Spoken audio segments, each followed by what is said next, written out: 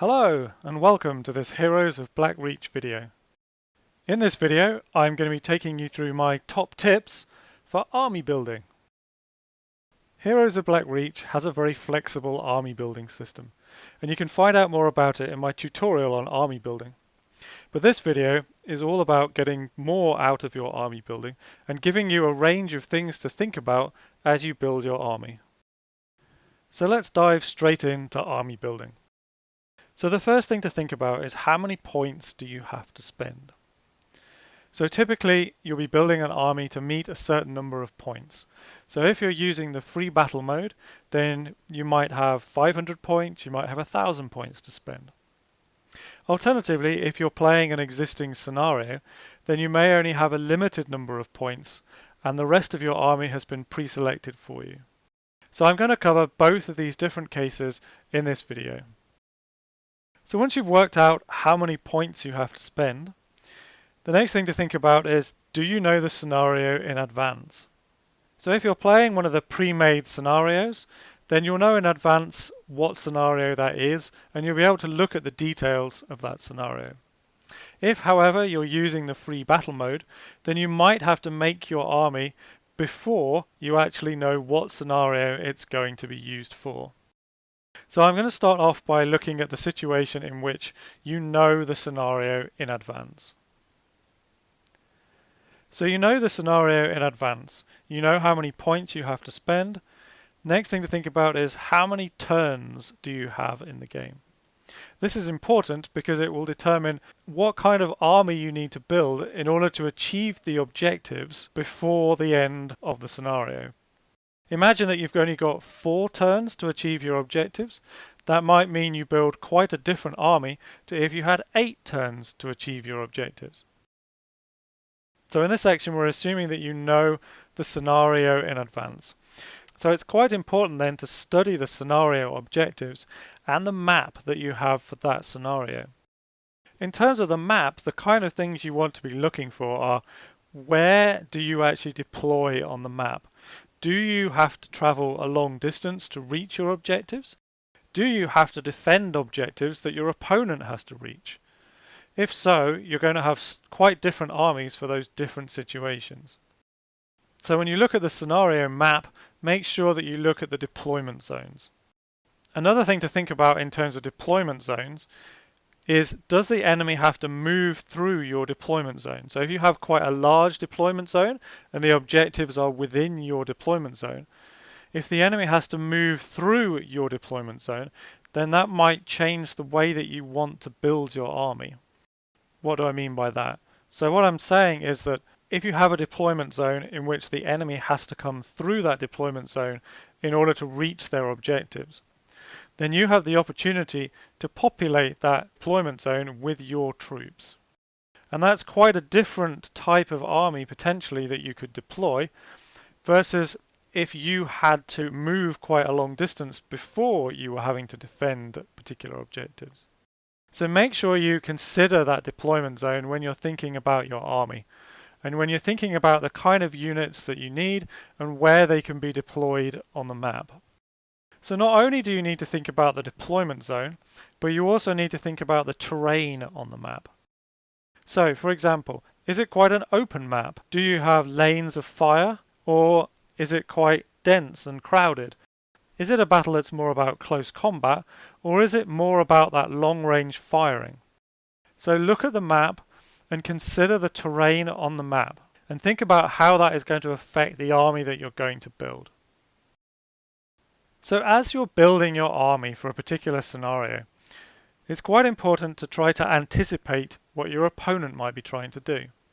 So for example, if you are trying to defend some objectives that your opponent is trying to reach, then try to put yourself into the shoes of your opponent.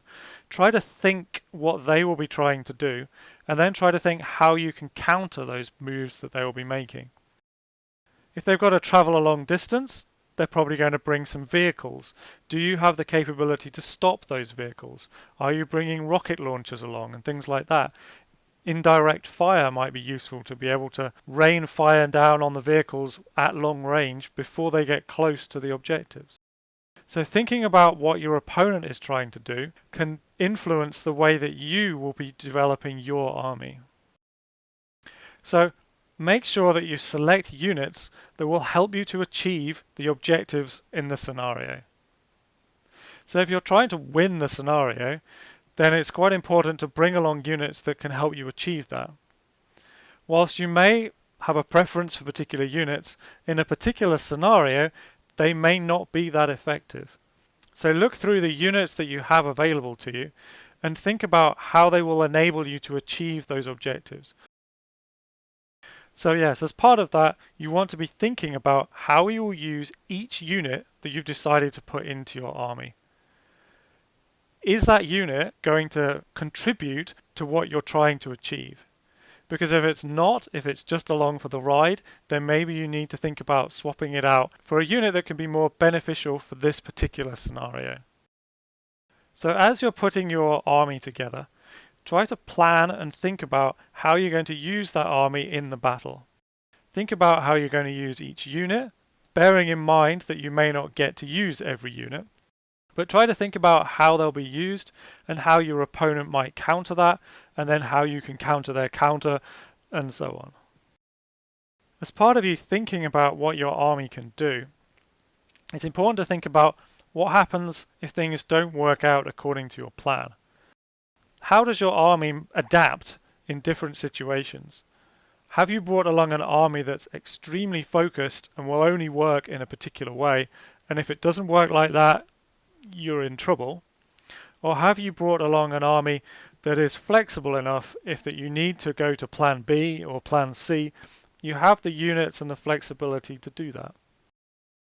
If the objectives are things that your opponent is trying to achieve, so perhaps they're trying to kill your war boss, then make it difficult for your opponent to achieve their objectives.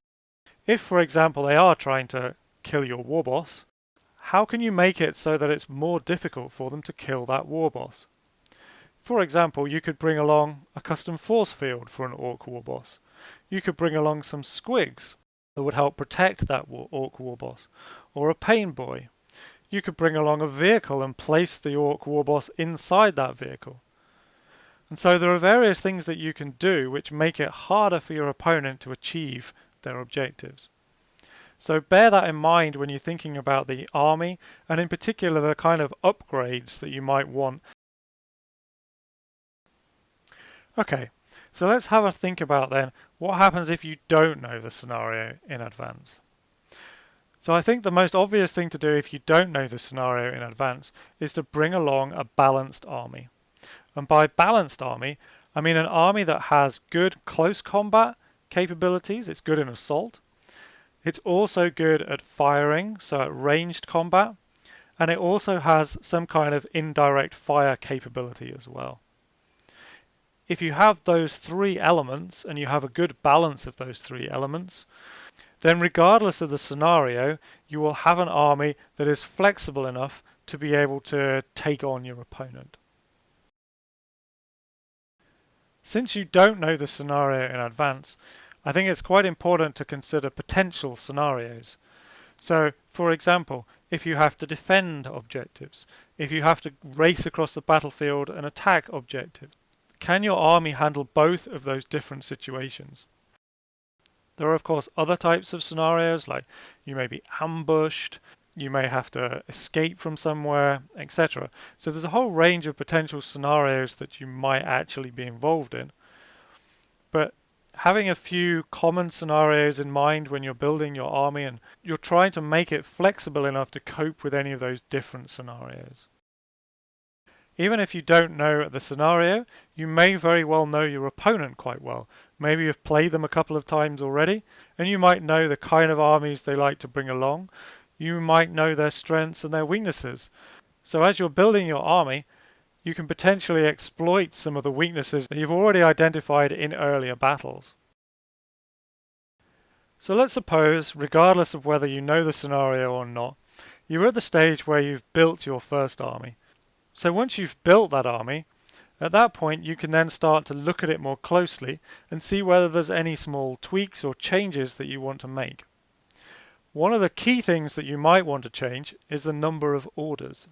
So for example, you might have just put together your army and not really looked at how many orders you had. Now, once you've built your army, it will be a good time to double check that you've got the right number of orders for the size of your army. So let me give you some ballpark figures. So if you've got an army of 200 or 300 points, you're looking at having probably no fewer than 3 orders for an army of that size. If you're going for 500 point army, then 3 to 5 orders is a good number to aim for. So if you have a 1,000 point army, then you should be looking more towards 6 to 8 orders. If you find you don't have enough orders, so if you're playing the orcs, then consider bringing along the boss token, which one of your characters can take, which gives you an extra order.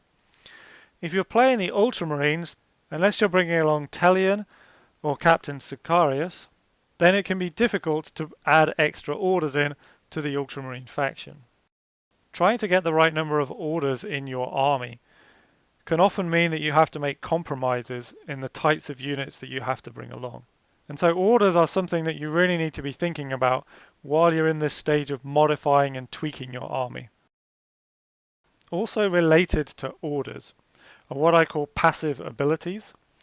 So they're things like the Squigs, the Pain Boy, the Apothecary. They're units that can provide you with bonuses, but they don't need to have orders in order to give you those bonuses. So for example, if you have an Orc War Boss and there is a Pain Boy nearby, then that Pain Boy can help to keep that War Boss alive for longer without having to give that Pain Boy an order to actually achieve that. So units that have passive abilities potentially mean you can bring fewer orders but still get benefit from units that are in your army. In that way you can supplement the orders that you have with extra capabilities that don't cost orders. Another thing that will certainly help your army building is to buy the expansions for the game. So if you are constrained to the core game, then your army building potential is significantly limited because the number of units that you can choose from is that much fewer. Buying those expansions will make a difference when it comes to building armies. And to be honest, it makes the game that much more enjoyable when you can put together different combinations of units that go beyond what you can do with the core box. One of the key things to bear in mind when you're building armies is to make sure that your army is actually legal. So when you're adding extra tokens or adding in extra support tiles or whatever it may be, make sure that you're adding it legally. A good way to make sure that your army is legal is to put it into the online army builder that's available from the Devil Pig website. And I go through that in my tutorial on army building. So if you haven't seen that, do take a look because that's a really useful tool. It's also a tool that allows you to interchange your units very easily. More easily, I would say, than if you're doing it with actual physical components, unless you've got a very large table. So it's a really good way of seeing what different units you can add. And if you don't currently have the expansions, it can show you what kind of units are available and how you could tweak your army if you did have those expansions. Along with the online army builder, there are other resources that are available that can make army building that little bit easier. But there are documents that are available on Board Game Geek, for example, that show you all of the units that are currently available. There are pictures of them, you can see the units, and you can quickly flick through and see exactly the strengths and weaknesses of different units. Those resources are also great for just flicking through when you've got a spare minute and just reminding yourself what kind of units are available, so that when it comes to building an army, you remember that there are these particular units available and they don't just get lost in a zip bag or a storage box somewhere and you forget all about them. And you're not using them to make your army stronger and more focused on the particular scenario that you're building for. It's quite important that you don't just settle for the first army that you build. So we've talked about orders and tweaking the number of orders that you have. But as you start to think about, does this army work for the particular scenario that I'm going to be playing, go back and review that army build. Maybe leave it on one side for a couple of days, come back and go, does this really still feel like it's the right army for this scenario? And if it doesn't, then tweak it, add things, take things away, and see if you can make it stronger. Perhaps also keep a record of the changes you've made, just in case you don't like one of the changes that you've made and you want to go back. So as you're building your army, you might be making some notes about how you're going to use them in the battle. One thing that can be quite disappointing is to have built an army a couple of weeks before you come to actually play the scenario, then go along, play the scenario, and realize that by the time you're playing the scenario, you'd forgotten how exactly you wanted to use the different units. Now, it may be obvious to you, but it may not. And so it's a good idea, if you've had a few thoughts about how you want to use the army, maybe make some notes and then bring them along to the battle. Also important, if you want to improve your army building, is once you finish the battle, review the battle and critique your army. Did it work the way that you wanted it to? I mean, of course, in Heroes of Black Reach, you've got the dice and the cards, which introduce randomness and random events. But allowing for those random events, did it perform as you expected when you were building it, or were there some surprises when you came to actually use the units in battle? Did you find they weren't as strong in close combat as you thought they might be, or not as mobile, or did you find that you were lacking a unit that would have been really useful but you didn't have it with you? So it can be very helpful just to think about when you finish the battle about those pros and cons of the army that you've built, and use it when you're building your next army to improve the armies that you're putting together for the game. Okay, so I've spoken a lot about building armies, and I've talked mostly from the perspective of the kind of player who wants to build their army to do as well as they can in a scenario given the constraints of the scenario, and effectively to beat their opponent, i.e. achieve their objectives and win the scenario. Now, not everybody wants to play the game quite that competitively. So there are different ways you can think about building your army that isn't all about optimizing every unit, reviewing every battle, and trying to improve your army building in those ways. So sometimes you just want to build an army that will fit a particular story. Maybe you have a narrative in mind about the orcs and the ultramarines, and you need to bring particular units along in order to fulfill that narrative. And that's a perfectly valid way of building an army. I would say, though, still bear in mind, even if you are building a narrative army, to bear in mind things like how many orders do you have and things like that, because they're fairly fundamental to any army building in Heroes of Black Reach. Another thing I definitely recommend when you're army building is to try units that you've not played with before. And the scenarios in the core rulebook encourage you to do this by bringing in units bit by bit, by allowing you to tweak the given army with some points to modify the army in your own particular way. The best way to learn about how a particular unit works on the battlefield is to bring it into a battle. And as with all things when it comes to Heroes of Black Reach, the main thing is to have fun. So if you and a friend bring two armies together, have a battle and enjoy yourselves, at the end of the day, that's what matters. So you can spend your time tweaking your army all you like, but if you're not having fun, then you're not doing it right. So I hope this video will be some help to you as you think about building your armies. So going beyond just the mechanics of how do you build an army, we've talked about some of the tactics and strategies involved in building the armies. Thank you very much for watching, and I'll see you next time.